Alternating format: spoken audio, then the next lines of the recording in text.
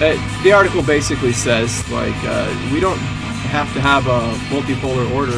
We can still have globalization of trade, but we'll just have power sort of decentralized into regional orders, the way it was back before the rise of global capitalism. And I was like, how is that not multipolarity? It's kind of like Viktor Orban's sort of like neoliberalism, but also nationalism. Yeah. Viktor Orban's going to lose the election. Yep. Yeah, Two-thirds majority. Oh, yeah. I mean, I guess Peter Magyar, who's winning, he is just a liberal EU ghoul, so I don't think things are going to get much better. Wait, is that really his last name? Yeah. That's like Isn't that wild? In the next election, it was like J.D. Vance and Joe America. Joe America. You know who I'm going to vote for prime minister is Lionel Britain. Jeremiah Frank Slovak. England. Jeremiah Yes. Slovak. That'd be No, that's Peter literally Slovak. Magyar is a people. Yeah, it's wild. Oh yeah, I mean, that's right. It's not even a country. Aren't the Magyars the ones who oppressed your ancestors? Well, the Slovaks, not the Czechs. And yes. What is the actual name of Hungary? You mean in Hungarian? Yeah. I think it's. Hang on, I was going to say it, but I'm It going is. to say it wrong. Maybe it's like Turkey. It's Hungary. It's Magyar Orsag. It's right there in the name. So instead of Jack America, it could be like Joe United States. You know? Yeah. Or Billy USA. Any combination of those is fine. Anyway, so yeah. Well, and that person would definitely be better than whoever's actually going to run. Yes. Yeah. Like guaranteed. This fake person that we just made up is better than whoever they're going to run. And by they, I mean either of the two political parties. Well, hello and welcome to the Regrettable Century. It's us dudes. We are here to talk about the death of the world order and I don't know what comes next. Yeah, what comes after death? Yeah, the undead world order. There we go. I put as a working title in here. I put "Weeks When Decades Happen," because that's what it feels like. Sure. Typically, I think that what we mean when we say things like that is we think revolution, but no, it could just be like degeneration of the current world order. Yeah. We got decades of degeneration. It's like erosion during a hurricane as opposed to regular erosion. Yeah, it's like whenever we refer to Donald Trump as the Weltgeist Zuferde, we don't necessarily mean he's playing a Napoleon figure's role. It doesn't mean it's like it's just something is happening and he's personifying it. Doesn't necessarily mean it's constructive, whatever. It's just that it is moving. It's really remarkable how this moment just unmasks the utter fragility of this global financial order. Right. It's just been kind of like teetering on a razor's edge. And I mean, I know this is a catastrophic blow with a choke point, but if that's really all it takes to knock it off, I don't know. It's like, how sustainable was that ever? Who would have thought that creating an entire world economy based on fucking whims and fancies would be unstable? Yeah, it's kind of like the NFTs. They were like briefly worth a whole lot, and then now they're still dramatically inflated in value because instead of getting punched in the face for making one, you can still trade them for money a little bit. But I think that one that Justin Bieber, I read that. Yeah, Justin Bieber bought one for like $200,000 or something, and it's now worth $400 or something like that. It's like, well, I was surprised that it was even worth $400. It's just a fucking JPEG. Who gives a shit? Man, Justin Bieber could have bought like 100,000 tacos. Well, no, probably more like 50,000 tacos. But I was about to say, taco inflation is keeping up with real world inflation. Well, Yeah. the NFT example is like a kind of a perfect one for how Yes. assets are evaluated writ large across. It's like, you know, it's basically just like you said, a shared belief in quote unquote shared belief. It's like, Yeah. Okay, well, I guess we could get started at the top of this list. So we're going to start off this discussion talking about the world. yeah, the globe. You guys have any thoughts about the world?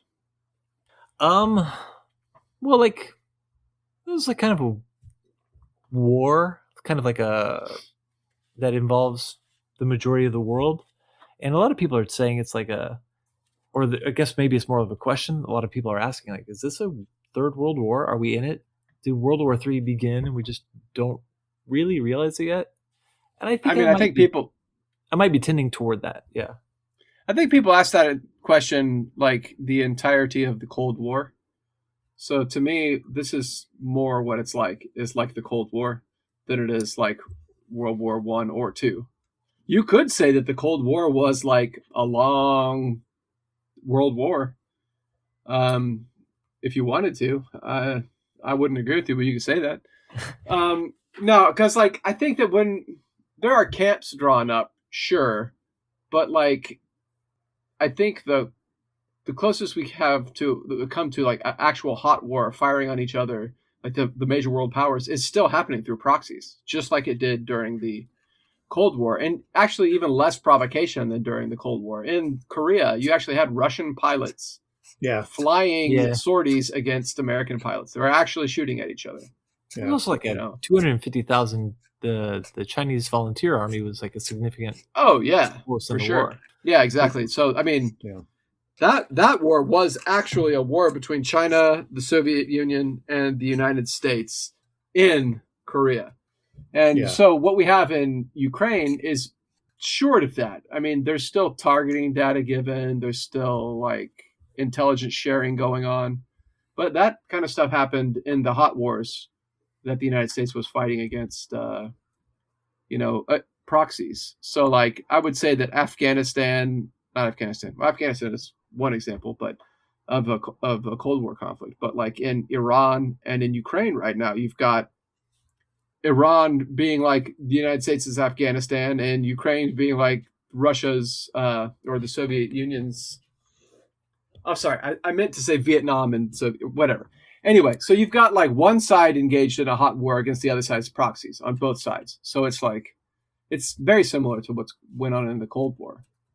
Yeah, I guess it's more like the way the Moroccan crisis and then the Balkan Wars were like kind of the early stages of what becomes the First World War, or like the Spanish Civil War and like the Axis invasions of like Libya and Ethiopia and stuff like that. That was all in the build up toward the Second World War.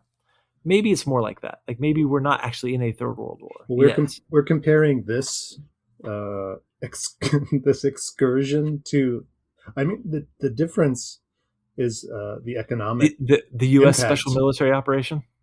Yeah, but none of those other examples, including Ukraine, those in comparison to the Strait of Hormuz, those are all peripheral to the global economy. That's why this is maybe not Ukraine, but Ukraine has been devastating for the European economy as far as energy goes. As far as energy, which makes that greases the wheels of every other thing, energy and fertilizer and helium, especially all these things that are central. Well, it's certainly more impactful, but even I mean that's actually the problem with the European economy in regards to Ukraine is one of energy as well. They switched over to a pretty much purely natural gas based energy structure. They'd gotten rid of, like Germany specifically, got rid of all of their nuclear plants, and they got rid of coal plants a long time ago, and they switched over to natural gas burning plants. And then they cut off their supplier of natural gas, and it became too expensive to produce goods. Like Germany stopped exporting cars essentially, not completely, but like they curtailed it like massively. And a lot of economists are saying that this is like speeding up Europe's deindustrialization that has already been going on for like 40 years plus. So yeah, Europe is ceasing to be economically viable as an entity, the European Union, I mean, because of the Ukraine war. And this, of course, is going to make things worse because they get their natural gas mostly from Qatar, which has now been severely reduced as a result of this war. And then now that the Strait of Hormuz is closed, it's going to reduce it even further. So Europe is already on the ropes, but this affects Japan, South Korea. This affects and Asia, like Southeast Asia, places like the Philippines, Vietnam. They are already on severe oil rationing because they are anticipating the actual oil shortage that is going to come from this. Like the big countries where we all have massive oil reserves, but it's not going to stop us from having to pay through the nose for gas. Like today, I filled up my gas tank 3/4 of the way, and it was $60.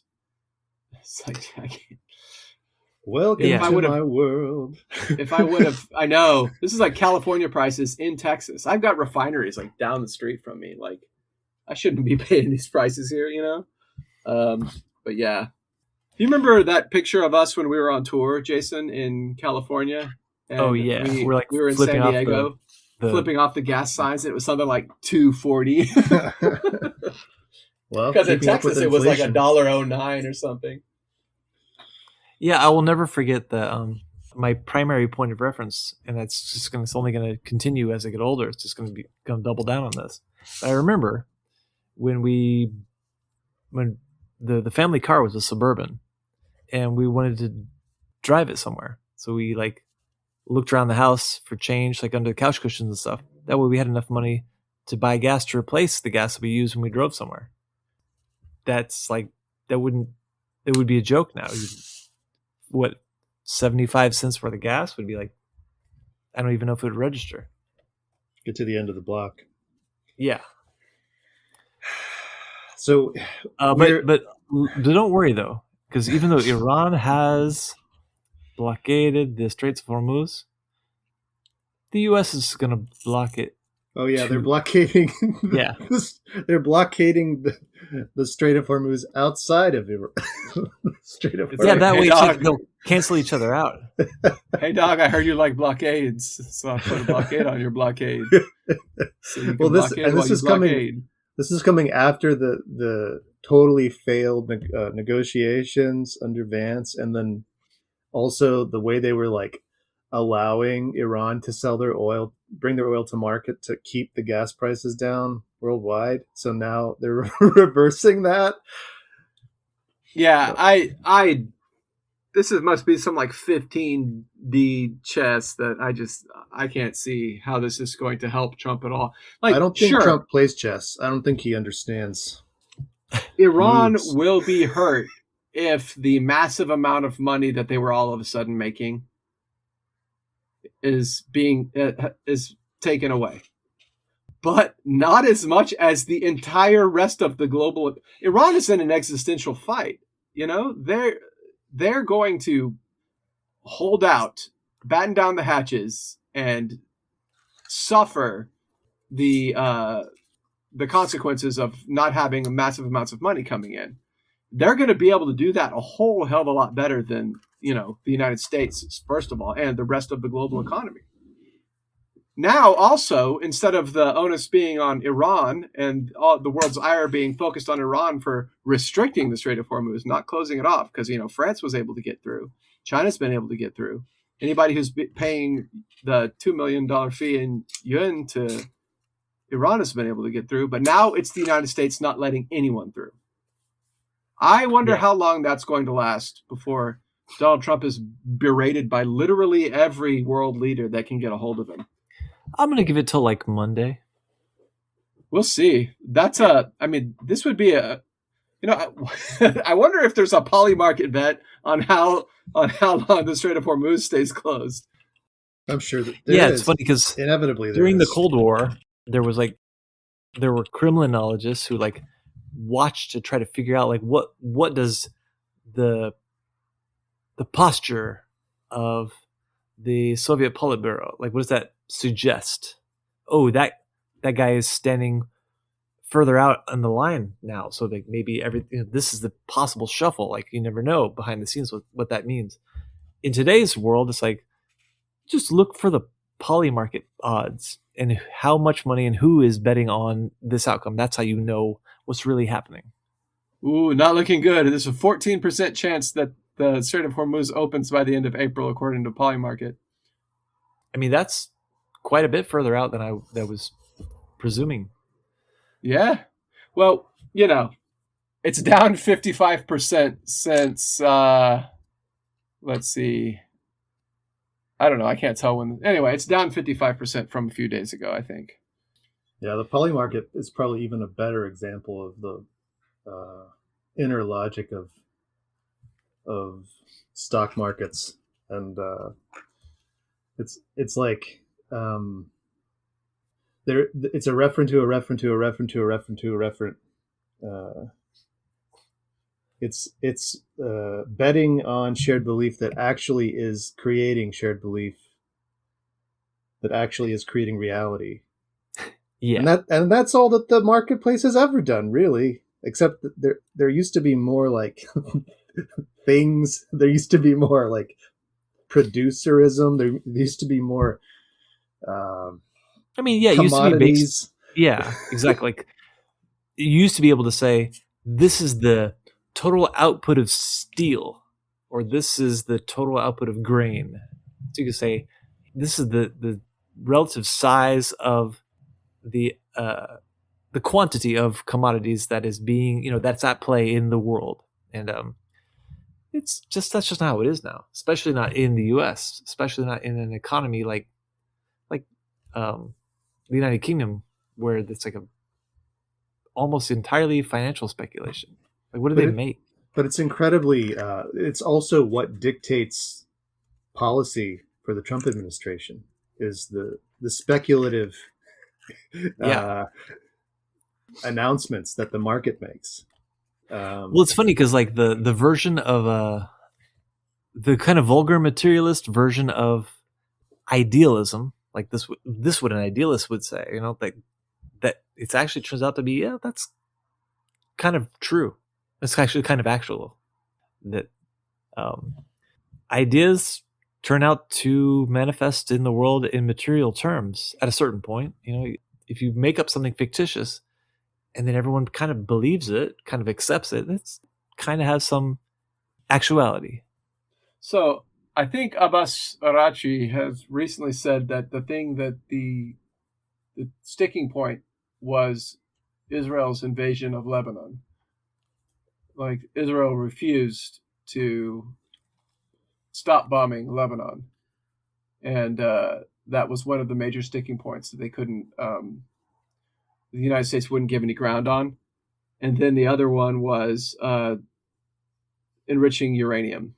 Like they say that they're still signed on to nuclear non-proliferation treaty, and by that treaty they have the right to enrich uranium for peaceful purposes, and they refused to back down off of that. So that I think that was the other one. They said there was a third one, but I don't think anyone has enumerated what that third sticking point was.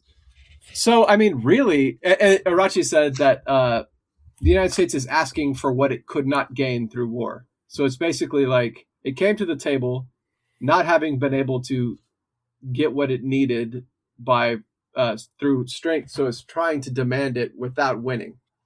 So they're like, so it's kind of like going to give it to you, like politics as a war by other means. Yeah, exactly.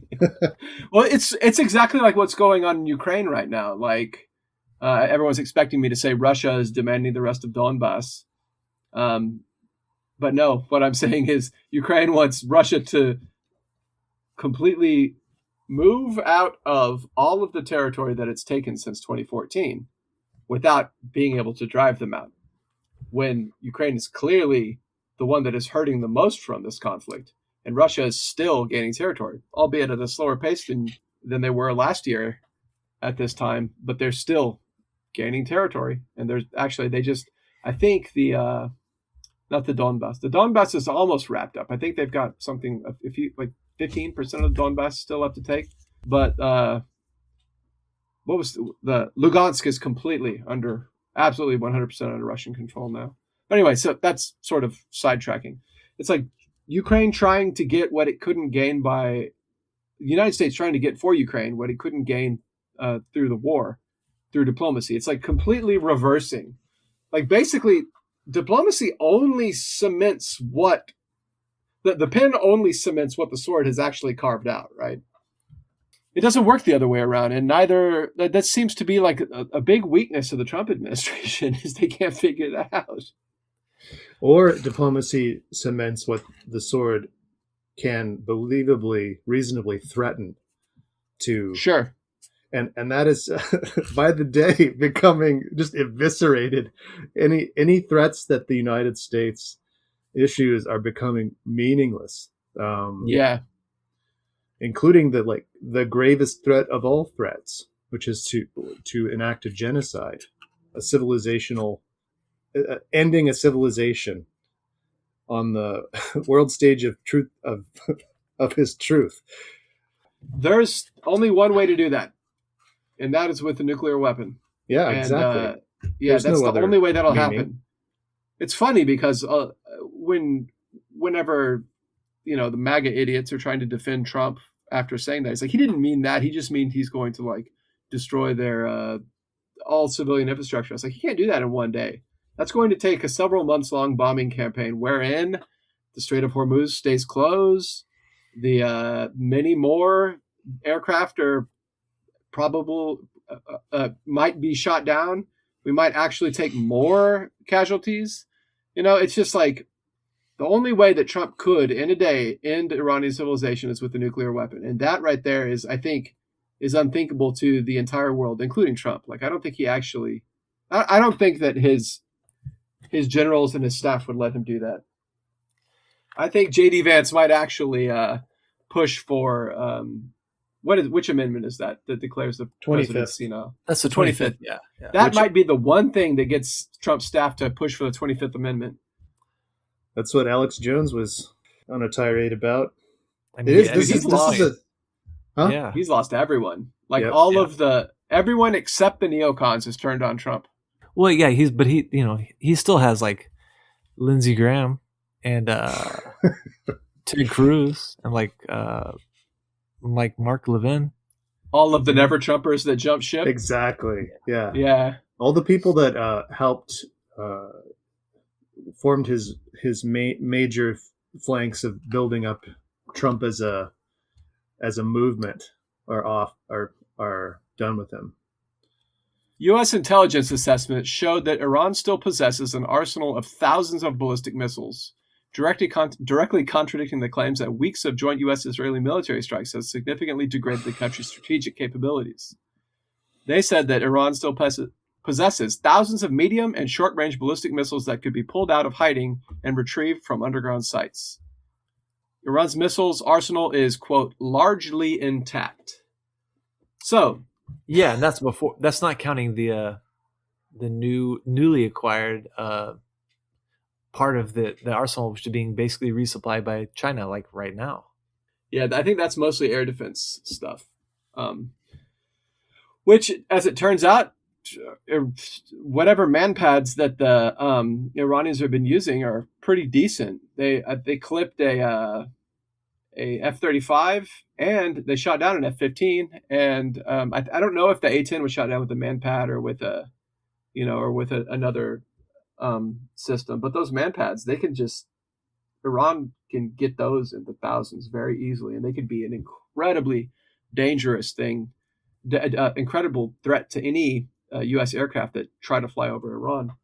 You know that the amount of aircraft that the United States lost in one day was the worst of any day since the Vietnam War. Yeah, I heard Mearsheimer say that. Yeah, during that rescue operation, that was probably not actually a rescue operation.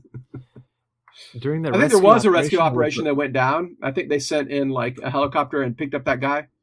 But I also think that the two C-130s that that got stuck in the sand, which it's impossible. Yeah. And all that stuff that was I think that was something else. But anyway, we're doing a geopolitics episode right now. We're supposed to be talking about epoch shifting change, which is still geopolitics, but I mean, yeah, it's part of it. But like, so okay, so part of the reason why I was thinking I wanted to start by talking about put the war, but then the wars, whatever. Yeah, Because it's a big question, which is, well, it's on my mind. It should be on everybody's mind. Is what will, not what would, but what will a U.S. loss mean? And I mean about specifically with in Iran, but also in Ukraine and just overall. Like, what is that going to mean? What is it likely to mean? What is it meaning already? Because it looks like it's already meaning more profound things that I think are easily. It's like hard to really kind of make sense of it because it's just so big, you know. Like, it what means more would a just, U.S. loss mean? The U.S. is lost. Yeah, like, I mean, that's what I mean. Like, what will a U.S. loss mean? Yeah, so it's going to be a shift, a shift of where we enact power, how we're even able to, and what that power will consist of. Part of what makes the United States so powerful militarily is, of course, obviously the military power, but the era of invincibility. Like, it is impossible to stand up to the United States because you will be devastated if you do. Iran has proved that that's just not true anymore. And it's also got big, bad, strong allies that match the United States militarily. I would say that China overmatches the United States. I think China has enough ballistic missiles and drones to overwhelm the conventional superiority that the United States is able to deploy. So yeah, I mean, I think that this was the final death throes of global hegemony, military hegemony for the United States. Of course, the United States still has a lot of power and still has a lot of economic power as well. So there's a lot of military and economic power. But I think this was the public breaking of hegemony. And I think what that means now is that the world has become all of a sudden a lot more economically and politically unstable. All of a sudden. Not all of a sudden. This has been happening for, like I said, for 40 years. But this is like a breaking point. This is a rupture point. Like, it's been stretching and stretching and stretching or bending or whatever. And now this is a breaking point where things are going to change dramatically from here on. Yeah, I think that like one thing it looks like is kind of obvious now in retrospect is a return to a certain kind of direct hands-on meddling in our own backyard, you know, like in our sphere, like our more direct sphere of influence with Venezuela, or like the stranglehold on Cuba. Like these two phenomena, these are unthinkable in the Obama years, in the years of Chavismo. I think that these are things which are only possible because they are seen as necessary in Washington. So I think one thing the U.S. loss does mean is not so much pivot to Asia like they originally had hoped, but a pivot to next door.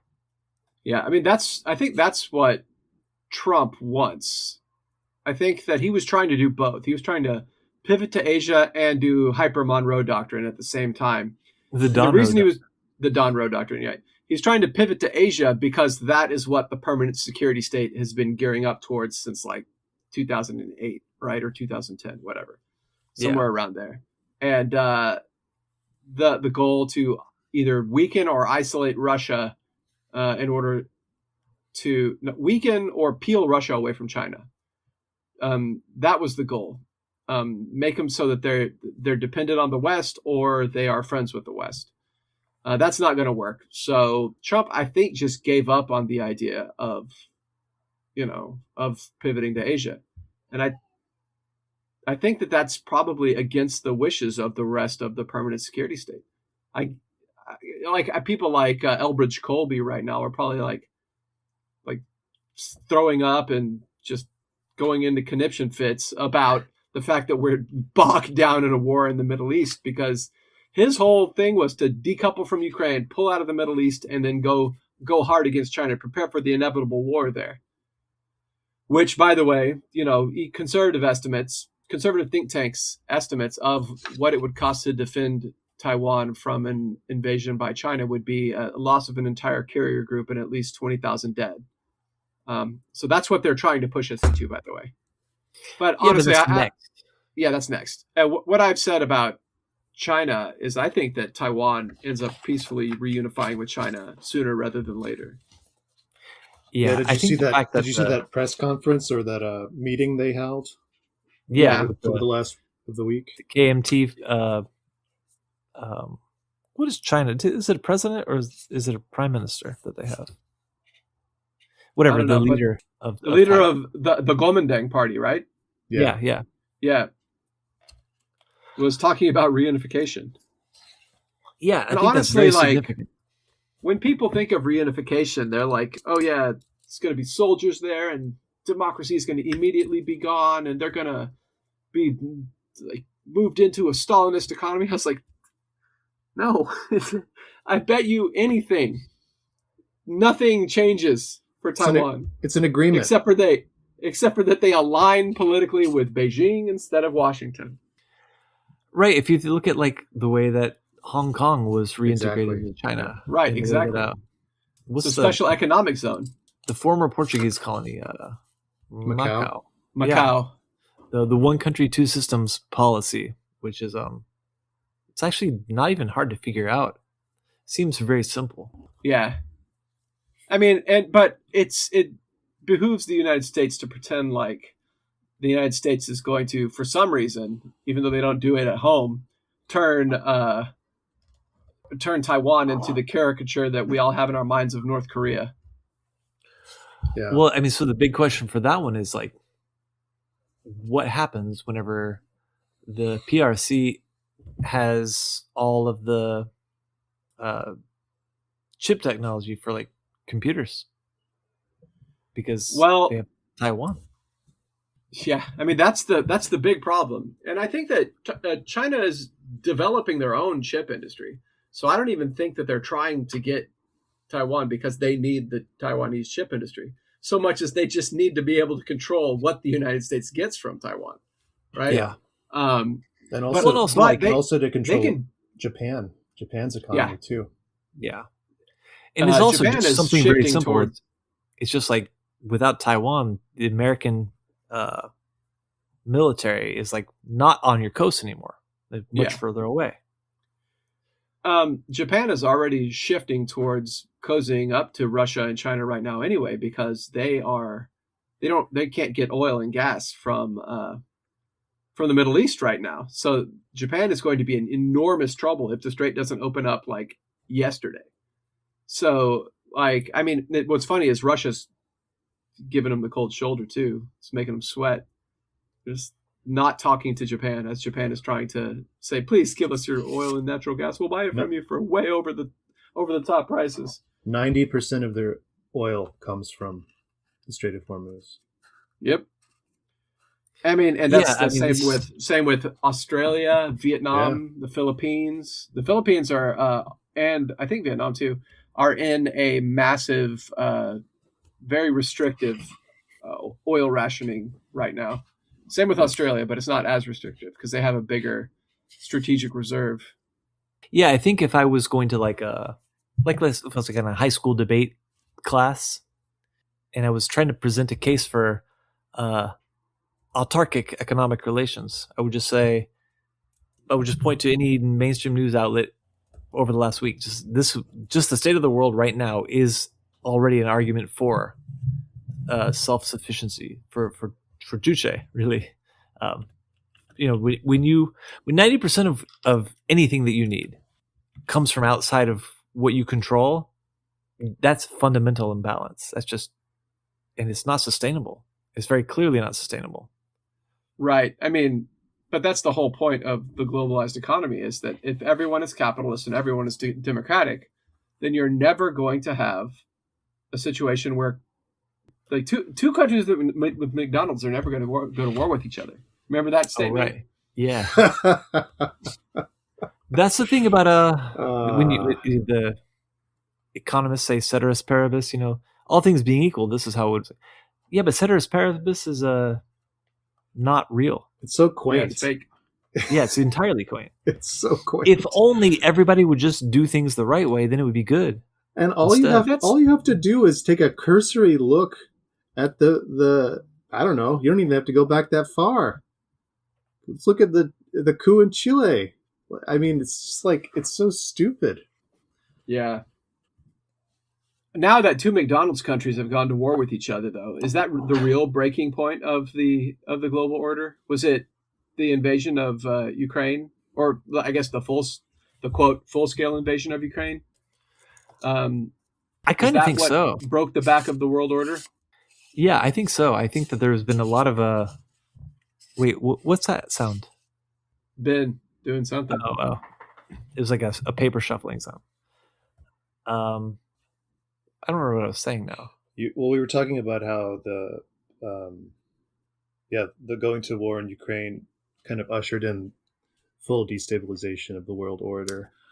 Oh, right. Okay, so like, yes, I think that there was a bit ramping up to this point, but I think if there was a single moment, an inflection point in which everything kind of focuses in on that one point and then it opens up from that, I think it's 2022. I think it's the invasion. I think it has certainly felt like a major sea change is underway, kind of for the last couple of years. But I think the events happening today are only felt in the way that they're felt because of that. Like, okay, just like, without the jihadists taking over Syria, then the moves by Israel maybe wouldn't have the same kind of impact. It wouldn't be spreading out this far.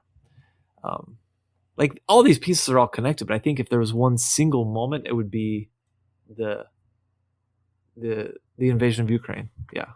So just so people in the comments don't come for me, Yugoslavia had McDonald's during all of the countries in Yugoslavia. The former Yugoslavia had McDonald's during the civil wars. India and Pakistan had McDonald's when they were clashing over Kashmir. Georgia and Russia both had McDonald's in 2008, and then of course the Ukraine war. They both had McDonald's, but now Russia doesn't have McDonald's anymore. Now they have, I don't remember what it's called, but Russia just took over the McDonald's and just kept making the same thing, but they changed the name to something else. They did that with everything. They did that with like McDonald's and like Adidas, and they just created their own domestic consumer goods industry by taking over all the factories and goods and stuff and changing the branding on them. It's a very bold experiment too. Like Russia without Adidas, like that, it was unthinkable at one point. They have like 4 stripes. I've seen the Russian Adidas knockoff stuff that has like 4 stripes instead of 3. But the point underlining that stupid, quaint pronouncement is Afghanistan and Iraq never had McDonald's. Right. I mean, unless you talk about the Green Zone or something, but didn't they imported Burger Kings onto the base? They deployed Burger Kings onto the base, but not McDonald's though. Oh, okay. If they would have done that, then the resistance in Iraq would have just been like, oh. Sorry about that. We didn't realize you had a McDonald's. Can we have one? Halal McDonald's, please. They do have knockoffs. They're called McDonald's. Really? Well, do they have a place? Because if they do, that makes their knockoff better. There's knockoff. McDonald's sucks. The ball pits. Yeah. I prefer McDonald's anyway. Hello, everyone. It's Chris just dropping in to remind you that we have a Patreon. For a few of your hard-earned dollars, you can get access to one of our 3 tiers. The first tier is just ad-free access to our public episodes.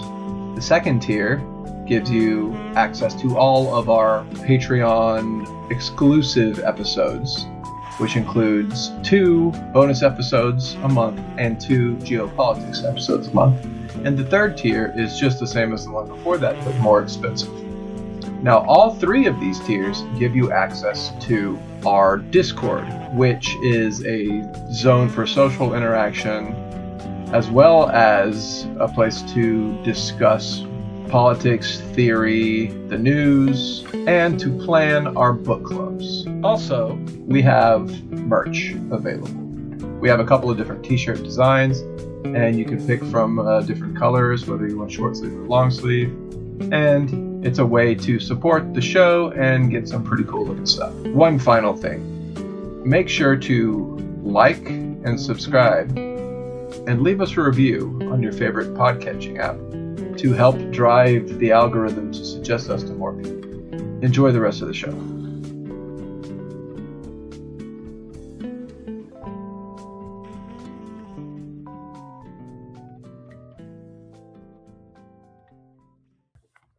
The other thing I had was I put the Lesser Israel Project, because it seems like the opposite is potentially, it's very likely the opposite of what Smotrich and Ben Gvir and so on are like the dispensationalist, the apocalypse only we like it for some reason. These people, I think they seem to be incredibly off the mark. So one question I had was like, do we think that there will be an Israel? Yeah, I've been all the sort of conspiratorial pronouncements about Pax Judaica, but none of that computes as far as what's playing out right now. Israel is not well positioned. Yeah, global pariah right now. I mean, that was already becoming true, but as far as Israel is joined at the hip to the United States hegemony in the region. So as that is being damaged and hindered, they're not going to like fill in the vacuum and become this great power. It doesn't make any sense. Well, I mean, especially not with the rapidly like shrinking population, like by like an exponentially smaller population, like every year. And investors used to see Israel as a safe bet, and now they don't. Investors are pulling out of Israel. Investors were already beginning to pull out of Israel because of the response to October 7th, the genocide. But now it's just like, why would you pay the enormously high insurance costs and risk having your infrastructure that you built up in the country get destroyed by Iranian or Hezbollah's missiles if Israel decides that they want to go to war with their fucking neighbors again? You know, it's just not a safe bet anymore.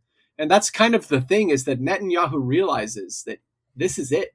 This is his last chance to become a self-sufficient greater Israel by taking over as much land from its neighbors as possible and create sort of an Middle Eastern hegemon that can control oil and will have to be dealt with because it controls so much of the region's oil. And this is his last chance to do that, because the other side of this war looks really bad for Israel, regardless of who wins. Israel was already going to have to go into severe austerity, just to pay for the Gaza genocide after the war is over. And so now it's going to be much, much worse. They're hemorrhaging money, hemorrhaging investors, hemorrhaging population. And things are bad for them in Lebanon right now. That's why they've taken to just doing the Gaza thing, because their military is actually a very mediocre fighting force. They have it. The IDF has an incredibly overinflated reputation because parts of its special forces do some pretty interesting anti-terrorist, have some pretty brutal and interesting anti-terrorist tactics that they deployed in the 80s. You know, so everyone has this inflated idea of the IDF's worth, but they actually can't fucking do anything against people that are trained to fight back. You know what? You know, there's a supreme irony that's emerging like a bubble beside my head as you talk about this, and it's like a more surefire way to achieve a greater Israel would have been for the Likud party to basically advocate a one-state solution, bring in the entirety of the territories as one nation. You know, whatever that entailed, betraying their sort of racial ideology, and then basically building out from that power instead of having this sort of ongoing civil war reality with Right. a rebelling population fighting for their very existence. It's like if they were really wanting to build a greater Israel and take over other, real estate in the region, you basically maximize your stability at home. Instead, they're fighting inward and outward all the time. It's completely ridiculous. Well, right. But it's that's like- why they refer to it as a seven front war. It's so stupid. You cannot Probably shouldn't do that.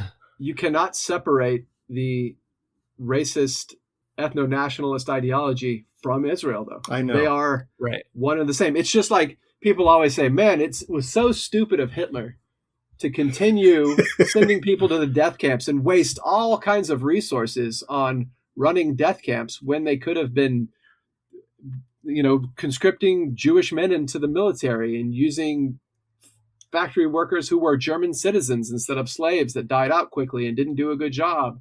They could have been using all of those trains to send troops and munitions to the front instead of to the death camps.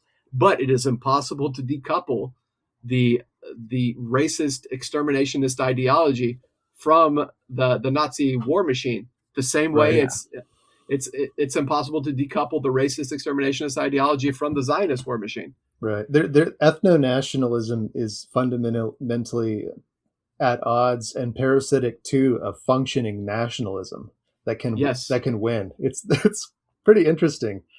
Yeah. That's Yeah, the problem it's with ethno-nationalism. I mean, one of them. There's also moral ones. Yeah, but it's one of them. It's Yeah. because so this contradiction is built into the very project itself, which is it's like everything else. It's going to be its own undoing. Right. And it's funny because That's the problem in Ukraine too. Imagine if Ukraine didn't alienate and try to force its Russian population to Ukrainianize.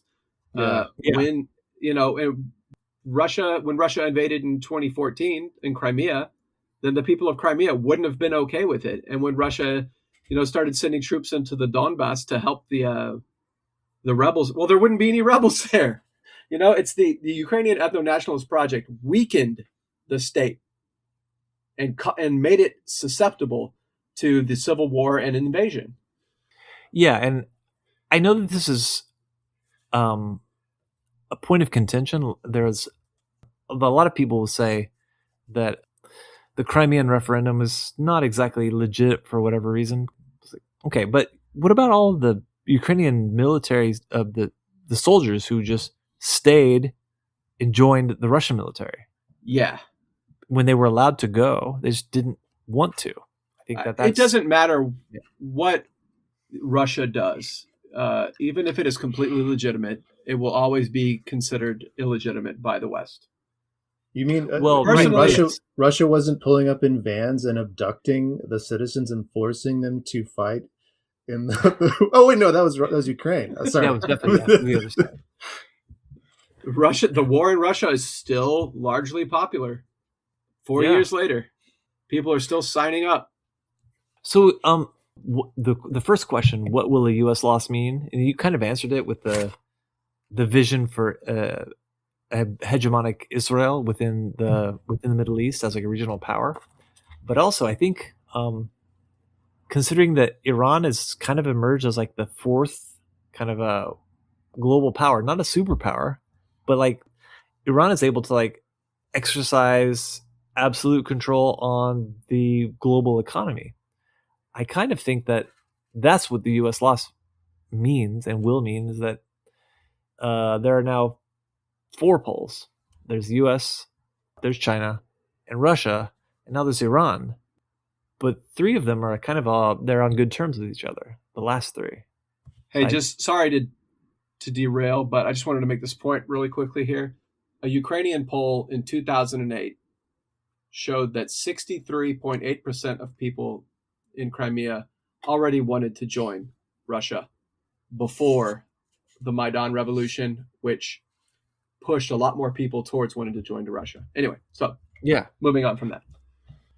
So that's just first of all, that's a very important thing to remind people of. And also the same thing with right before 2014, there were constant reports of the Ukrainian growing neo-Nazi problem. They didn't stop being true just because, whatever. They didn't stop being true.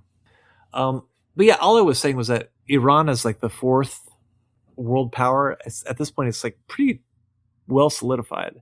And I think that's just I've seen a lot of people saying that. It's pretty wild. I would not have predicted that was going to happen based on this. No, Yeah, not that's not, what not at all.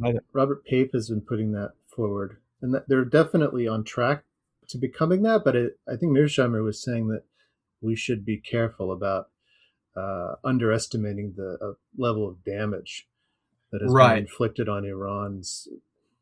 They have control so far over this vital choke point, but that's not going to make up for the decimation of their entire industrial capacity in society. Well, no, it's definitely not. But I also think that there are two factors that I think are probably worth just considering. I'm not saying that I know for sure what will happen, but I think there are two things which would make it very likely to be an easy, not easy, but a more rapid bounce back. And one of them is a one belt, and the other is a one road.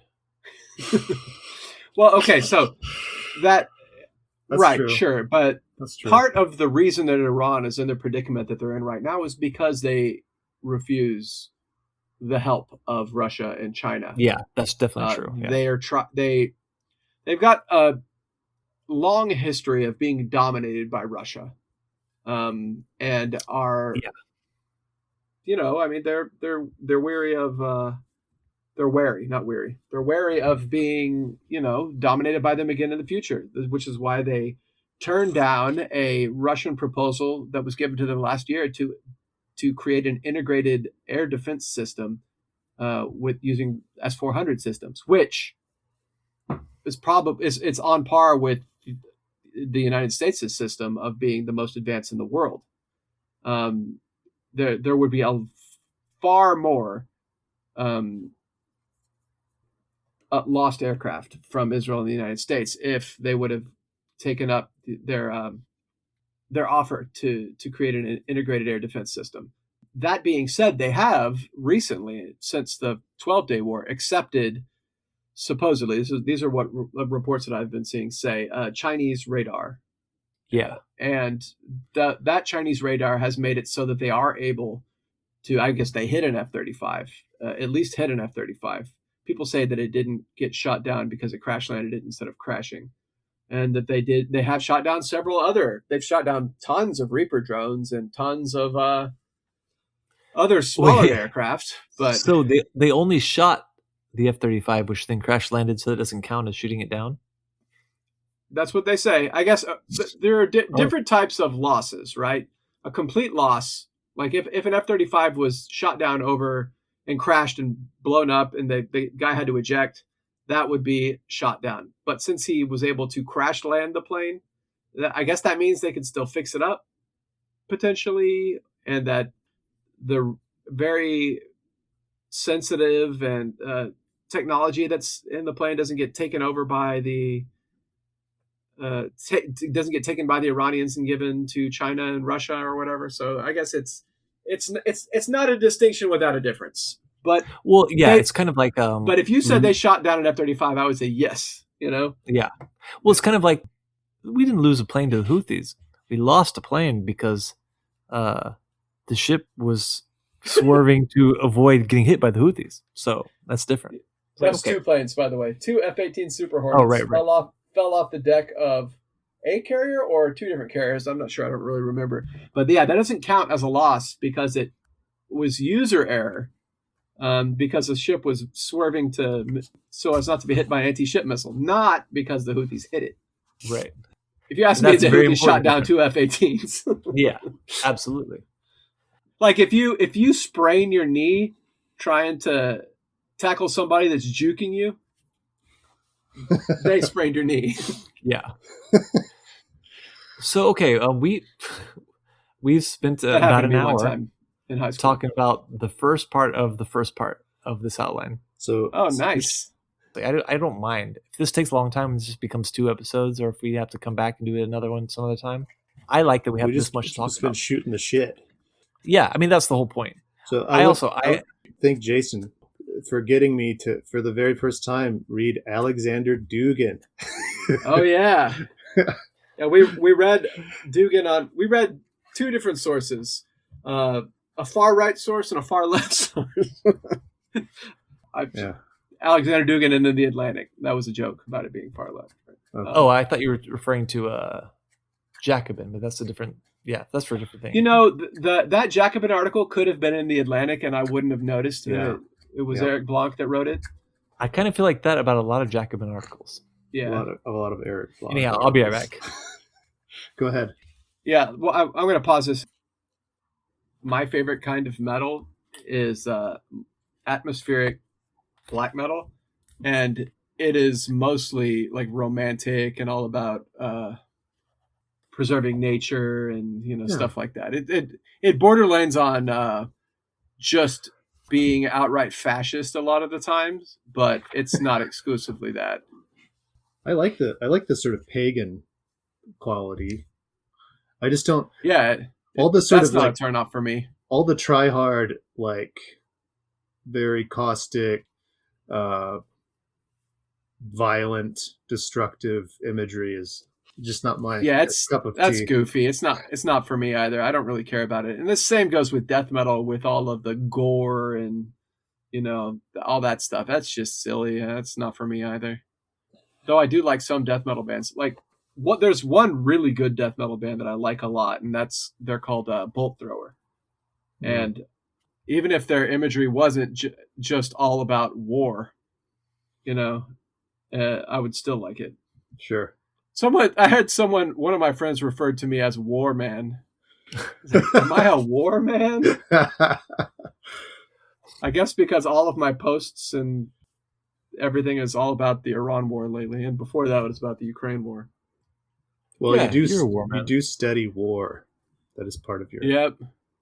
Speaking of war, we read this Substack from Multipolar Press by Alexander Dugin called "Geopolitics of the Third World War," and I don't recommend that Substack. By the way, we do not endorse that Substack. No, it's not an endorsement.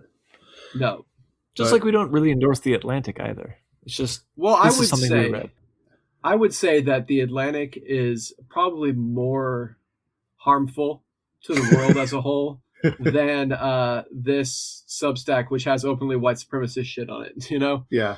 Because openly white supremacist stuff is bad. Don't get me wrong, but so is running cover for genocides and potential nuclear exchanges with Russia and stuff like that the Atlantic pushes for. Yeah. Anyway, the thing I wanted to say about this, first of all, this is my first time reading Dugin for myself. I listened to the series that Jason did with Sean and Barn, reading it pretty in depth.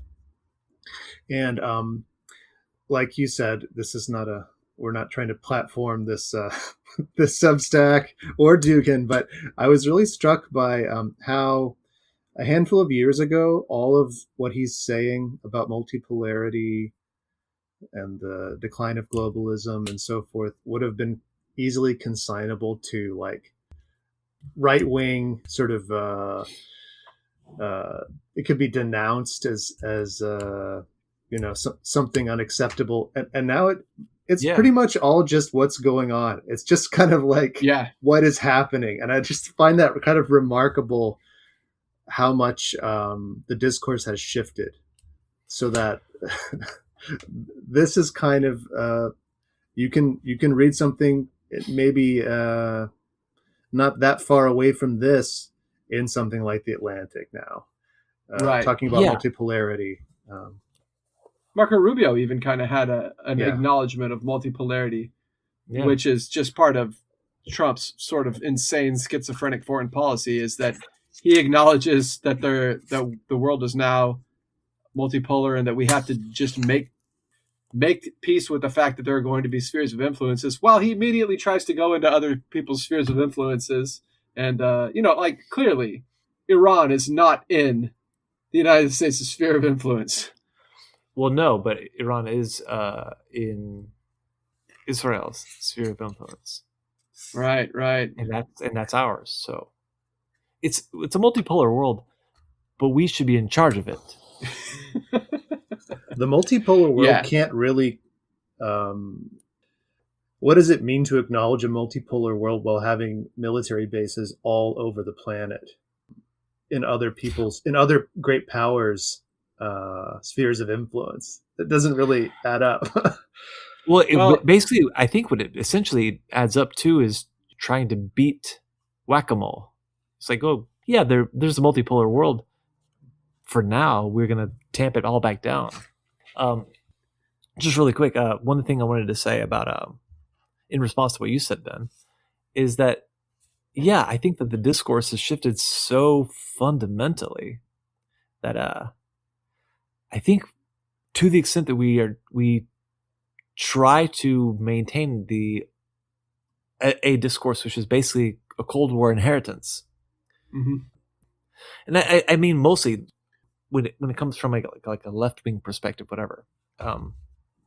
I think that we do ourselves a major disservice. I think we basically come across rightly as not really knowing what we're talking about. I think that we necessarily have to keep our finger on the pulse of the world. And that means we have to read stuff like this sometimes. We have to actually know about the ways that the world has shifted and has changed, and how we can't just, write an article about what's wrong with the world and then say, and that's why you got to have the proletariat has to seize power, and why you have to organize a vanguard, and you have to study Marx. It sounds like you don't really know anything.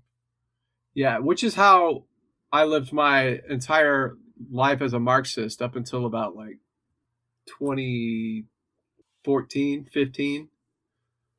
Right, all the way up until that inflection point. Yep. What was I going to say? Yeah, like I've come across this sentiment a lot, where I would share something and be like, dude, this is wild. You need to read this. And someone will be like, no way, I'm not going to read that. That's my ex. Or like, watch this video that Tucker Carlson has with this person. I'm not going to watch that shit. Like the fucking fascism germs are going to get in their brains if they watch a debate between or a conversation between two people that shows them, or that takes the pulse of their enemies. They don't want to know. They can't know.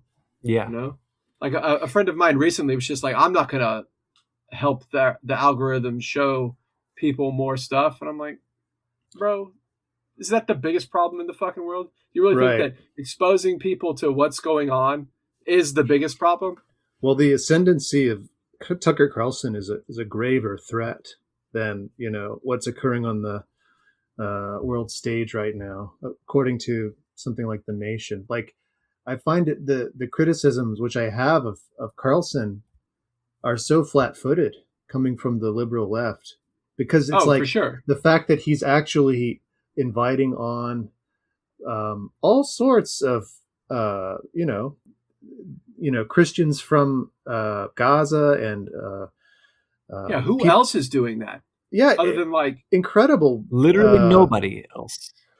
And that somehow makes him more dangerous. This seems to be the point. It's like the fact the fact that there's legitimate journalism being done and an actual coverage that Carlson has a huge audience of people that the left cannot reach. But that's one side of it. But that somehow makes him even more of a threat. That there's like validity in some of the work he's done, and I just find that so silly. So it's funny. Like, my friend said that is what the fascists do, is they take our talking points from us and they twist them. And I was like, bro, like, we don't have talking points that anybody can hear. Like, us as the left, our voice is tiny and minuscule and no one can hear it. He's not taking talking points from the good Democratic candidates and echoing those. The Democrats aren't saying this stuff. I mean, in a very muted, sort of mealy mouth, wishy-washy kind of way, on AOC is saying, we shouldn't give the Israelis offensive weaponry and shit like that. But like, yeah, that's you have Rokana. I mean, this You have is kind of some yeah, exceptions. Rokana. Yeah. Sure, yeah. sure. There are a few exceptions, but Yeah. this is kind of what I mean when I said that the discourse has shifted so fundamentally that we risk being so far behind that we're talking to nobody. Like, even like, okay, what you say, Chris. There's no problem with the fascists co-opting our talking points. Like, this is a fantasy land. Like, I don't think that we are presently facing a situation in which there is a rising fascist threat trying to steal the thunder of our somewhat hegemonic socialist movement. Like, I think that's just Right. that's the Cold War. Neither of those things is happening. It's over. Right. Neither one of those things is happening at all, actually. It's not like, oh, that's the fascists, and so we need to be paying attention to the communists. In both cases, those are just not factors. That's not an accurate picture of the world. Right. Whenever I tell people, like, so what do you study? I'm like, oh, Weimar Germany. And I'm like, oh, I bet you see a lot of similarities between Weimar Germany and now, right? I'm like, no. No. I don't. The only thing that I see that really sort of reminds me of Weimar Germany is the complete sort of lack of confidence in the established parties. But there are big key components missing there, and that is, alternatives.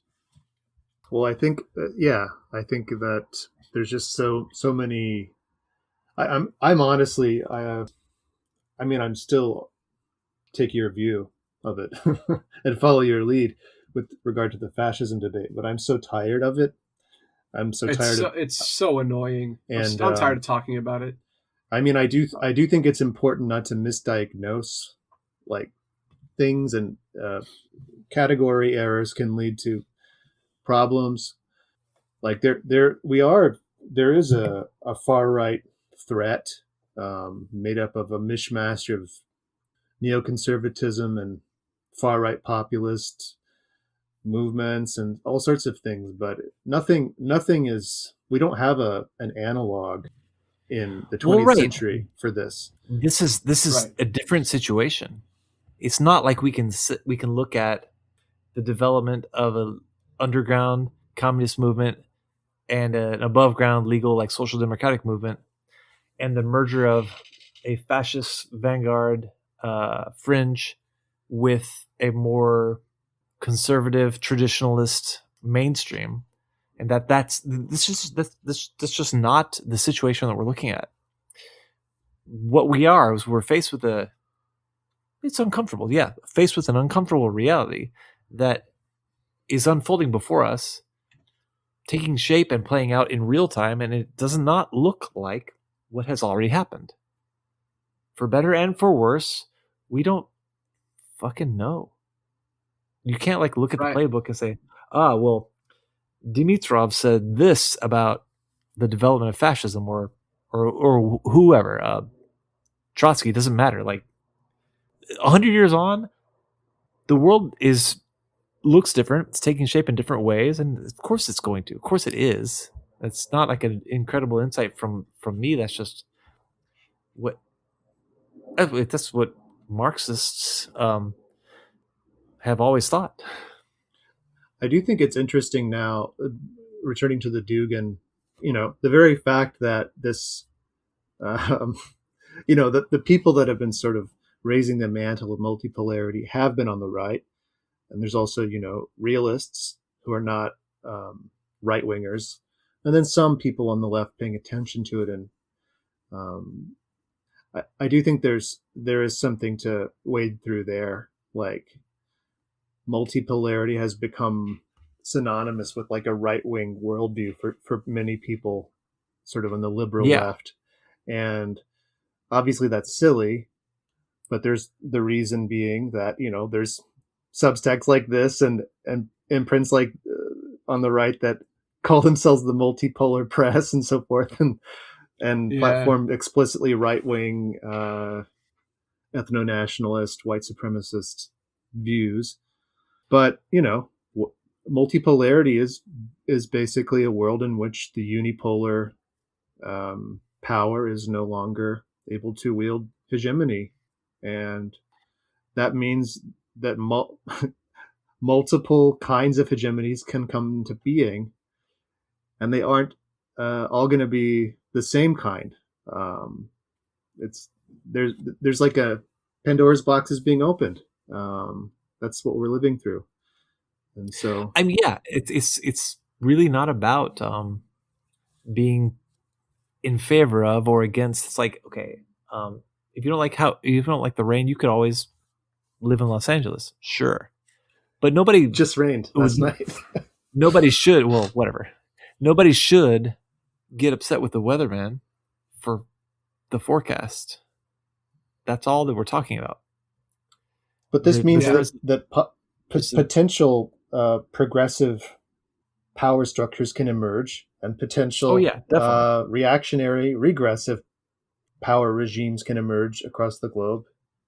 And also, in both cases, they probably will. And they will. And tribalism will emerge. There's going to be a destabilization of the world order as we have known it. And in certain respects, that's the chickens coming home to roost, because that stabilization, that stability, quote unquote, was premised on a global hegemon that had its boot on the necks of a significant part of the globe. So, have y'all seen this stuff, speaking of instability in the global order, about Turkey threatening to come to Iran's aid if the ceasefire doesn't hold? Yeah, and that's like a really, really big deal. NATO member Turkey? Yeah. Yeah, Chris, tell us about that. Please. According to Reuters, Erdogan has welcomed the 2-week ceasefire in the conflict and is urging its full implementation and warning against provocations, while threatening to direct military action if the conflict expands. I don't know what that means specifically. Maybe it has something to do with the Kurds. Maybe it means striking pro-Israeli forces in Syria. But Israel has also threatened to go to war with Turkey next, after Iran. It said Turkey is the next domino that needs to fall, at least. Yeah. I mean, honestly, that's a pretty weak, mealy-mouthed response from Erdogan. It seems like when you are not his first targeted, not his first at all, but when you are being targeted explicitly and they're saying, yeah, we're coming for you next, probably could be justified in having a little bit more of a robust response than that. Turkey is supplying them with humanitarian aid, though. Well, yeah, and that's something. Yeah, as is Russia and China and half of a dozen other nations that are part of BRICS. Okay, so we have talked about the world economy. We've talked about we haven't talked about tariffs, but that's just kind of a joke, really. We've talked about commodity shortages and inflation. We haven't really talked about the farmers in Ireland, but I think it's probably okay to just say there is economic resistance, whatever. There is a. Did you see the Irish guy that went out onto a runway and started disabling an American plane with a hammer? Saw that. Wow, it's pretty cool. Yeah, that's the kind of stuff should do that everywhere. It's called monkey wrenching, and it's it is endorsed. That's the kind of stuff I think we should expect to see a lot more of. This kind of populist response without a clear political whatever, not necessarily like an organized, not resistance in the way that we have become accustomed to expecting and demanding. I mean, that's definitely on the rise. Like the Elbit Systems fire that happened in Czech Republic, and the warehouse fires that are happening all over the United States and Canada right now. Right. Yeah. Imagine if we had like an organized workers movement to take and direct all this sentiment. Yeah, that would really be something. It's almost at this point. It's almost like impossible. It's difficult to imagine. It's impossible to imagine, really. But just because we can't imagine it does not mean that there aren't things developing that will, outpace our imaginations. The other thing I put here was zero job growth in the U.S., and that turns out to not be true after all. So that's just the basket case economy is unpredictable and is just as much a basket case as we thought it was. I think we definitely economics of the madhouse. I think we definitely Yes. should, while we're recording, discuss this AI crash. This Atlantic article Right. that Chris emphasized about basically the AI crash that was already coming before this war with Iran, which is now certainly approaching, and how our entire economy is entangled in it, and how no one is prepared. No one on the left and or no the one right is doing anything about it. Okay, so I mean, just to outline the crisis, right? So there's already the AI bubble that everyone's talking about. ChatGPT et al. Are not profitable, No. and they're incredibly wasteful of resources, and they keep needing more and more data centers. And this article talks about how now, previously, investments in data centers would cause stock prices to spike, and now they're having the reverse effect. Like, whenever OpenAI reports that their data centers a new data center has opened up, and they've invested this much in this new data center, it's actually causing their stocks to drop. They've haven't managed to be profitable yet, and they don't have a viable projection on how to get that way anytime soon. On top of that, Iran striking data centers in the Gulf, and which, I mean, this article doesn't really talk about that because that hadn't happened yet when this article was written. Iran was striking data centers in the Middle East, and now there's going to be a potential helium crunch if the Strait of Hormuz isn't opened up, which could trigger a shortage in the chips necessary for keeping AI online, or at least cause them to be exorbitantly expensive, which would further reduce any potential profitability that might come from any of this stuff. Elevated energy costs are hurting the economy, and it's only going to get worse from there as energy becomes more expensive because of the Strait of Hormuz being closed.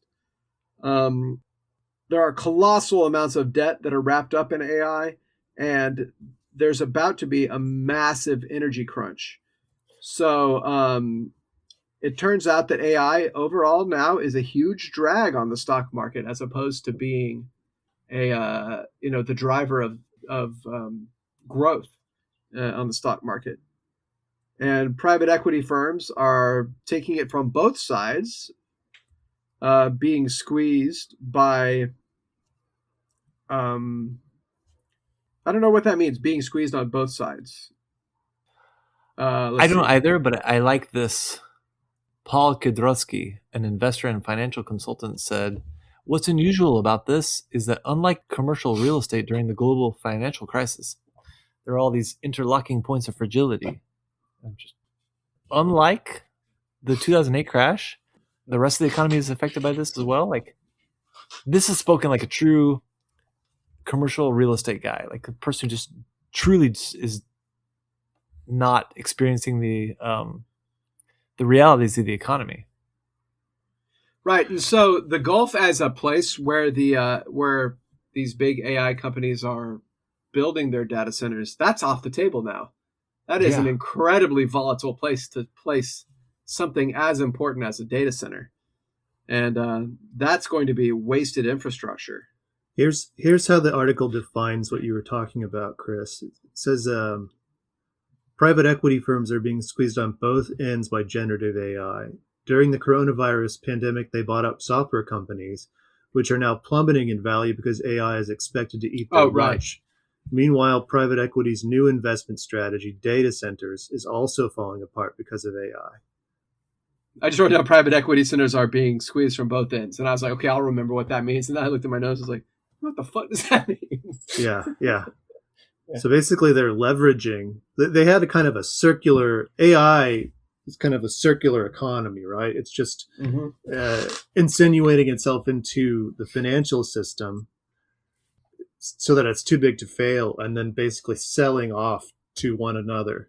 And private equity has been now is kind of between a rock and a hard place because they're this is being disrupted in a major way. Blackstone, Blue Owl, and the like are sinking huge sums into data center construction with the assumption that lease payments from tech companies will pay for their debt. In order to pay for their investments, private equity companies raised money from major financial institutions, but now the viability of those lease payments is coming into question as the hyperscalers' cash flow is strained. So they're comparing this to the Great Recession. Yeah, it's going to be worse than that from what I understand. I mean, because when the Great Recession was triggered by the housing market bubble bursting, right? Yeah. And when that happened, it wasn't the only driver of profitability in the U.S. economy like AI is now. This whole article, it is several weeks old now, but it does capture the sort of the nature of the poly crisis and how AI is sort of in the midst of everything. I mean, we've already talked about how our major investors in AI, which makes up, it's too big to fail in the market now, like 40%, is coming from the Gulf states. And so obviously that has been wrecked. But they also say in this article that, so that's the way the money moves. But at every layer, they say the technology appears to decrease the value of its assets. The advanced AI chips that make up the majority of the cost of a data center, their value rapidly decreases as they are superseded by the next generation of chips, meaning that the ultimate backstop for all of the data center debt, selling the data center itself, is not actually a backstop. The very premise of the way they were growing this was doomed. Yep. Can we talk about the real tragedy of this war, though? Is that as of March, the F-14 Tomcat, the one from Top Gun, no longer exists. No. The world that you were raised in no longer exists. Exactly. There's the little 10-year-old boy in me that thought Top Gun was the coolest shit ever. Just faded a little bit deeper. Top Gun 2 came out just in time. Yeah.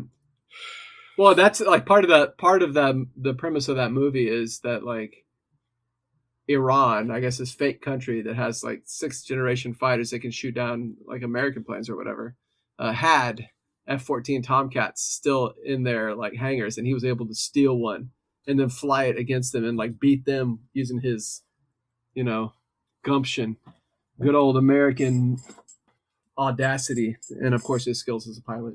Very goofy movie. Right. Speaking of things which no longer exist. Right. Yeah. This one thing that this war has done that I kind of expected it to do was expose the United States' sort of military superiority as having cracks that can be prodded and opened up, and that the asymmetrical warfare, we've never been great at defending against asymmetrical warfare. What we've always been really good at is overwhelming displays of force, and then we could win real quick. Yeah. But then we have a real problem defeating insurgencies and the usage of non-conventional methods of warfare. But I think in the past 20 years, what we've seen is that the warfare has changed a lot, and it would have behooved the United States to pay attention to the Russia and Ukraine war a lot more, to realize that drones and missiles are quite formidable, and cheap drones and cheap missiles can take out your multi-million-dollar planes, tanks, ships, whatever, just as easily as a hundreds of thousands of dollar missile can, Yeah, it's like we're kind of finding out that like as long as we conduct a lightning war, that we're doing fine. But the minute that the operations become, I don't know, like deep, that's when we start to we sputter. We can't do it. What's really funny is that like the amount of criticism that Russia has gotten over the past 4 years for not being able to gain air superiority over Ukraine, kind of. I mean, I guess you wouldn't expect commentators to be able to apply that same criticism to the United States when they failed to gain superiority over the Houthis and have thus far failed to gain superiority over Iran. It's not that easy to gain air superiority anymore. I mean, if a manpad can shoot down your hundreds of millions of dollar aircraft, then yeah, it's not super easy to gain air superiority. If not hundreds of $1 million, at least several tens of millions of dollars. It just doesn't make any sense, though, because the U.S. empire has had plenty of opportunities to gain on the ground data about what doesn't work fighting insurgencies. Yeah, but it's institutional inertia. That data would undermine all these contracts with these arms manufacturers who they make the big expensive things, which are useless. Procurement in the United States, arms procurement for the military, is what sets military doctrine. Now, after military doctrine will begin to change once arms manufacturers figure out the best way to take cheap drones and make them really expensive and sell them to the army and stuff like that. But as of now, it's the institutional inertia and the procurement system that has kept the United States from being able to learn as much as they should have from the Russia-Ukraine war. Russia, interestingly enough, has been the most agile and adept at it. That's not supposed to have happened. Right. Russia created a public-private sort of partnership of the military and drone manufacturers that, what do they call it? Do you remember what they call it? Rubicon. Is that right, Rubicon? I don't know. Maybe make sure real quick. It's a really funny name. It feels like a troll. What's important? Yes, it's the Center for Unmanned Drone for Advanced Unmanned Technologies, called Rubicon. And what they are is they're essentially drone special forces in Russia that at the same time that they're implementing combat operations, they're creating doctrine, testing types of drones, implementing new types of drones, standardizing those types of drones, and making them easily producible and widely available. There's a feedback loop between the front lines and production with no gaps in between. It's part of the one of the major benefits of the Russian military industrial complex being essentially nationalized, even though it isn't completely nationalized. It's the way the Soviets did things. It's probably actually more efficient than the way the Soviets did things. In this specific instance, what's good for McDonnell Douglas is what's good for America. So that's what I hear. I think that might not be true. Yeah, it turns out that might actually be entirely false. Even maybe the opposite of true. It might be the exact opposite. So when that line goes up, the world is in for a bad time. Yeah. It's almost like we don't like that line going up at all. No, it's a bad line. But it's the thing about the economy is like, I'm against it. People are always like, "Oh, the economy is really bad." It's like, yeah, it is bad, fundamentally, no matter how it's doing. Yep. The economy, I'm against it. Should we talk about the geopolitical arrangements like BRICS, NATO, EU? I don't have a lot to say about that. Like, I think that the EU is on the ropes and is going to fragment, but I don't think it's going to be quick. I think that this project has taken a very long time to put together, and it's going to fall apart about as long. It's going to take as long to fall apart as it took to put together. It's like what, 50 years almost. Yeah. I don't know when it started falling apart for real. I think probably in the late '90s, early 2000s. It came I up think for against its sure limitations. by the Eurozone crisis, Sure, the Syriza moment. right. That was if that wasn't the moment, it was certainly the clearest warning. It was the clearest sign of the moment, which was already happening. Well, it'll be And then, of interesting course, to follow the fate of NATO in conjunction with the fate of the EU. right. I think NATO's finished. Can NATO survive another 3 years of Trump? I don't think so. Yeah, I'd be surprised if it could. NATO as it has existed for the past decades is finished, I think. Yeah, but finished, can sure. it that much is reformulate definitely itself true. into some new thing, and that might give us some idea of what the EU will be like in the future. Right. Like, I think that some means of justification will probably eventually emerge as like a new thing to try. Well, the Russians now say that the EU is no longer merely an economic arrangement, and that it is also a military alliance, which is demonstrably true if you look at the situation in Ukraine, which means that now any kind of peace agreement that is reached will not include Ukraine having the freedom to join the EU as it did before the war, or even up to probably about last year. I think Putin was saying up until about last summer that he had no problem with Ukraine joining the EU after the war. But I think, and now Medvedev and Lavrov have both said recently that the EU is now a military alliance and Ukraine will not be allowed to join any military alliances. Yeah, Medvedev has been the barking dog, saying the quiet parts out loud. I don't think that either of them say anything that Putin hasn't rubber stamped first. I think Medvedev, he will say the most extremist portion of it. He softens up. He plays bad cop to Putin's good cop. Exactly. Yeah, the barking dog, like you said. He'll telegraph Putin's most basically give a warning for the thing that Putin is going to start adopting soon.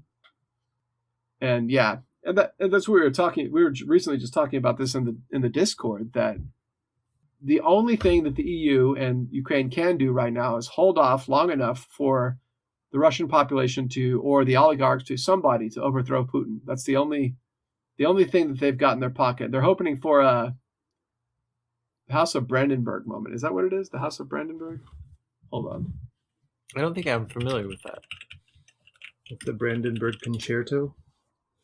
Miracle of it's the House of Brandenburg moment is what I said, but it's the miracle of the House of Brandenburg, which Frederick II of Prussia was being defeated by Russia and Austria, but then the Tsar died and the Russian forces retreated, and Frederick II was able to defeat Austria on their own and save Prussia, and that's what Hitler sort of was counting on. And they thought it had happened when Roosevelt died. They were counting on Roosevelt to die, and then that somehow meaning that the United States was going to pull out of the war once Truman took over. Not understanding at all how the American political system works. But yeah, that's what the Ukrainians and the Europeans are hoping for, is the miracle of the House of Brandenburg, basically. Like that Putin dies, gets cancer, gets assassinated, gets overthrown, something like that. And then Russia decides to pull back, which I think is the exact opposite of what would happen if Medvedev took over for dead, deposed, whatever, Putin. Russia would probably stop trying to keep its casualties as low as they are and decide to do an all-out blitz to try to take the rest of Ukraine, the rest of the Ukrainian territories that they wish to take, which I think in Medvedev's mind includes Odessa. as quickly as I possible. mean, I think it includes pretty much all the way up to the Dnieper, but also all the way up to the Odessa. Dnieper, but also Odessa. Yeah, exactly. Yeah. I don't know if they Basically- can do it or not. I think that, like I've said before, the Russia's slow, methodical advance has everything to do with the strictures of drone warfare. But I think that's what they would try for. The only other thing on this item I would want to possibly talk through is just BRICS. I mean, because I don't think I really know what I would say about this, but like, what might BRICS actually be? Because it seems to be in people's minds more than one thing, Right. and I think it's unstable. Like it's an economic alliance explicitly, but I think that it facilitates military cooperation outside of the confines of the alliance. I mean, mostly, yeah. I think that Yeah. India, in the case of the Iran conflict, the role of India is ambiguous. Yeah. And that raises eyebrows for sure, but it raises questions about like their neutrality is tenuous. what kind of military alliance. Yeah, exactly. Yeah, but I guess the same thing could be said about Turkey when it comes to NATO. Yeah, exactly. I was thinking the same thing. India and Turkey are big question marks, and I think the more that the United States' hegemony is diminished, we'll be seeing some. I don't know, like how long can they remain neutral, one way or the other? Yeah, Modi and Erdogan are like these two fence-walking scumbags that like think that they could get the best deal by playing both ends against the middle. And yeah, I won't be sad to see either of them go. But what those states do can change the course of history, For sure. I mean, the United States has used India as like a pressure valve to take pressure off of the world economy. Like whenever the embargoes and all of the sanctions were put on Russia, Biden then used India to launder Russian oil to keep oil prices low. Right. Same with Iranian oil recently. The United States asked India to purchase Iranian oil in order to keep global oil prices lower. Which, since global oil prices are too high and the strait needs to be opened, but Iran won't do it, Donald Trump decided to not let any oil through. That'll teach him. I think we talked about this already, so I don't want to go too much into it, but yeah. It just blows my mind. It's just this totally schizophrenic diplomacy that I can't imagine benefits capital in any way. Like, this is one instance where, like, if you're a Marxist economist that's like looking for the overall structure of capitalism to help explain the idiocy of this war, you're going to be like grasping at straws for a strictly structural explanation. Right. Yeah, I think that's right. I wrote this note, and I think this is appropriate here, that Donald Trump's second administration has served as a kind of accelerant for processes which are already underway for a long time. Right. And that's just the case across the board. But that doesn't indicate that there's no like structural like explanation for things. It's almost like just right. Well, I guess there kind of is. It's called the you can find it in the third volume of Capital, and it's called The Tendency of the Rate of Profit to Fall. Yes. Yep. Yeah.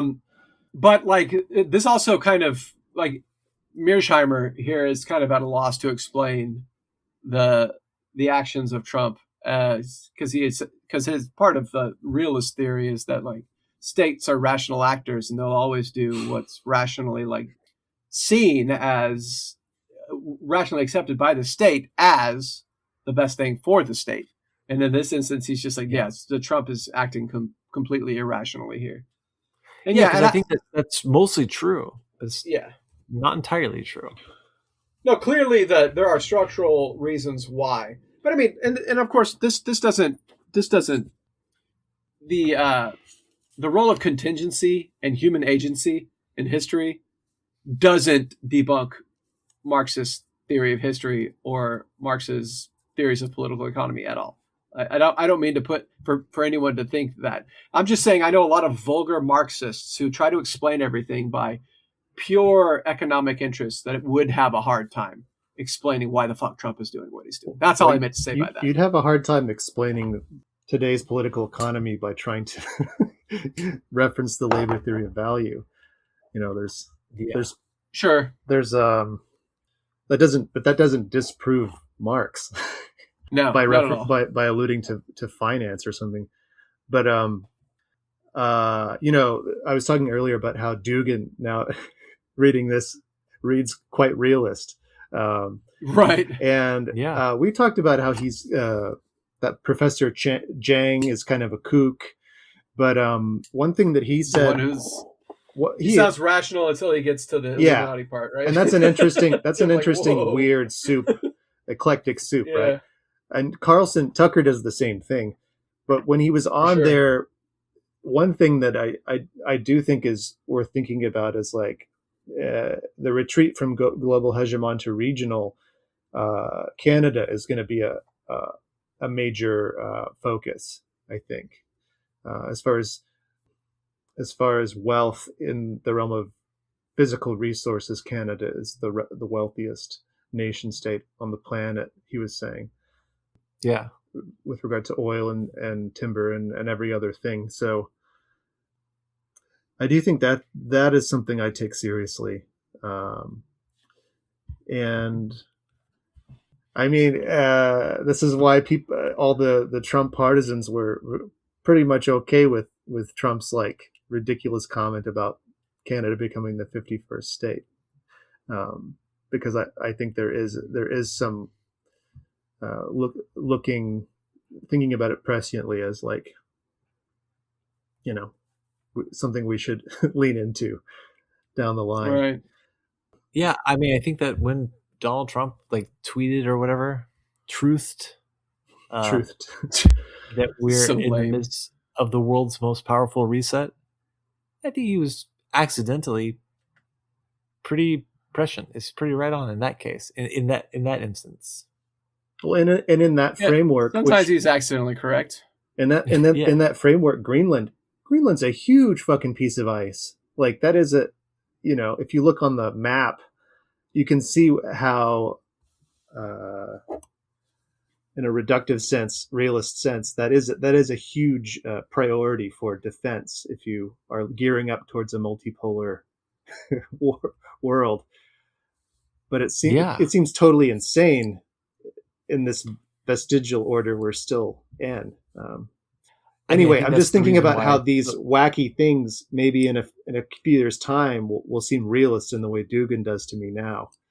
Right. Yeah, I think that there's the adults in the room. The ones who are trying to return to normalcy. Respect the rules-based order, all that. I think those are actually the people who are the most delusional, the most out to lunch that there are, because these are the people who refuse to recognize that Donald Trump and like what we've said about Donald Trump a million times is that he's ushering in, he's overseeing the decline of an empire, which was going to happen no matter who the president was. So it was either Joe Biden's going to be falling asleep and then waking up and telling you a story you can't follow, or else Donald Trump will be yelling a story you can't follow and then he falls asleep. But either way, the empire is declining and collapsing, and no one can stop it.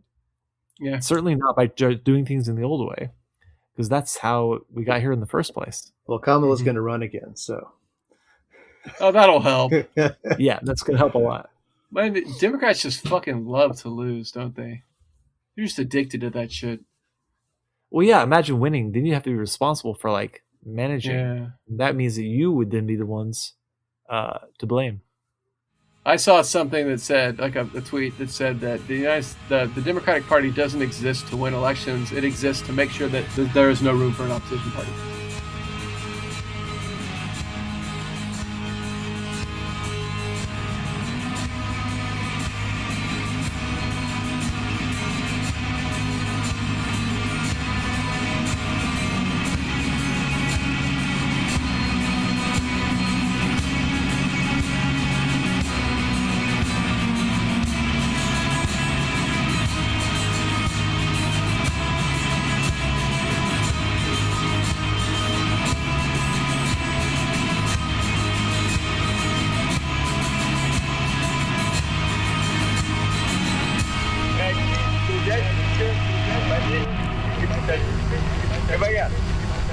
Одни крестьяне не смогут прожить без нас.